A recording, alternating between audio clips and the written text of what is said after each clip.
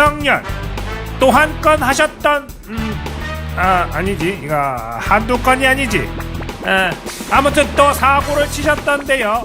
전북대학교 인문대학 1호관 최명희 홀에서 열린 윤퀴즈 온더 전북에 참석해서 극빈의 생활을 하고 배운 게 없는 사람은 자유가 뭔지도 모를 뿐 아니라 자유가 왜 개인에게 필요한지 필요성 자체를 느끼지 못한다 라고 하셨던데, 일단 해당 영상 한번 보시죠. 극빈의 생활을 하고 배운 것이 없는 사람은 자유가 뭔지도 모를 뿐 아니라 자유가 왜 개인에게 필요한지에 대한 그 필요성 자체를 느끼지를 못한다. 심각하구만. 이쯤 되면 이건 계속되는 망언이 아니라 윤 후보가 평생 지켜온 일관된 자신만의 가치관, 철학이라고 봐야 하는 건 아닌지요. 그러니까 가난하고 못 배운 사람은 주 120시간씩 노동을 하고 주 120시간 일해야 된다. 부정식품이라도 먹어야 하고 부정식품이라고 하면 아니 없는 사람은 그 아래를 또 선택할 수 있게 더 싸게 먹을 수 있게 해줘야 된다. 주 52시간 최저임금 철폐해서 주 52시간이라고 하는 게 굉장히 비현실적이고 기업 운영에 지장이 정말 많다. 다 철폐해 나가도록 이렇게 하겠습니다. 저 아프리카는 하는 손발 노동이나 하면서 손발로 이런 노동으로 하는, 그렇게 해갖고 되는 건 하나도 없어.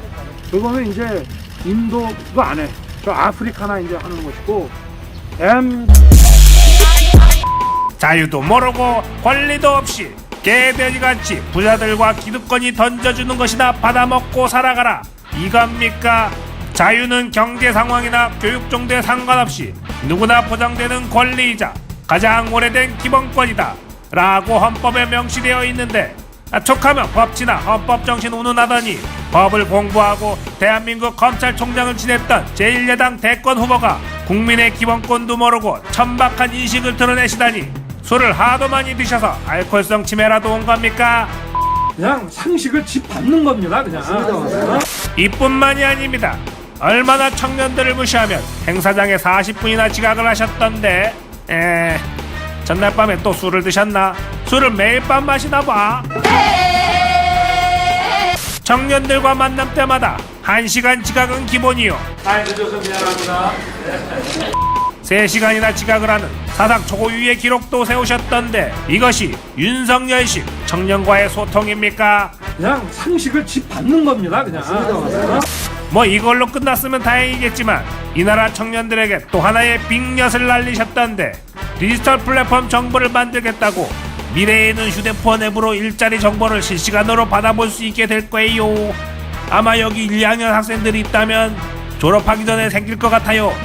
조금 더 발전하면 학생들 휴대폰으로 말이죠. 앱을 깔면은 어느 기업이 지금 어떤 종류의 사람을 필요로 한다고 하는 것을 실시간 정보를 얻을 수 있는 있을 때가 아마 여기 아마 한 1, 2학년 학생이 계시다면 졸업하기 전에 생길 것 같아요. 라고 허접하기 이를 데 없는 민망한 예언까지 하시다니, 구인구직 앱들이 나온 지 10년은 되는구만. 도대체 그동안 뭐 하고 계셨는지 요즘 초딩들도 다 아는 것, 왜 윤 후보 당신만 모르나요? 강산이변했습니다.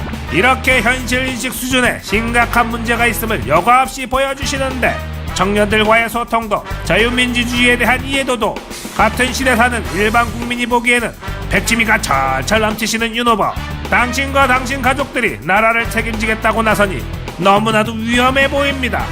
어디 이것뿐이겠습니까? 이재명 후보가 소상공인 공약 발표하던 날, 윤 후보는 강원도 철원군 육군 3사단 백골부대 전방관측소를 찾아갔다는데요. 실은 이날 양측 후보 둘 다 참석하기로 했는데 윤 후보는 뭐가 캥기는지 강원도로 내뺐다는 후문이... 하여간 이렇게 군부대를 가신 윤 후보, 얼마나 완장 차는 걸 좋아하시는지 헌병 MP가 새겨진 완장을 떡하니 차셨는데, 이게 유엔사 정전협정 위반이라 조사 중이라는 대형 뉴스가 터져 나왔습니다. 아니 이게 무슨 망신입니까? 그냥 상식을 짚밟는 겁니다. 그냥. 이건 아무래도 미국과 유엔사에서 보내는 윤석열은 안 돼 라고 하는 사인은 아닌지요. 이렇게 윤석열 후보가 봉건 시대로, 디지털 혁명 시대로 타임머신을 타고 왔다 갔다 할 때 같은 날 이재명 후보는 부총리 부와 우주산업 확장이라는 과학기술 공약을 발표했습니다. 과학기술정보통신부 장관직을 과학기술혁신부총리로 격상하는 내용도 담겨 있고요. 과학기술혁신안에는 2030년 무인 탐사선 달 착륙 계획 등 전방위적인 우주산업 개발안도 포함되어 있다는데요. 중요한 것은 이 모든 사건이 같은 날 벌어졌다는 겁니다. 어쩜 두 후보의 행보가 이렇게 다르니?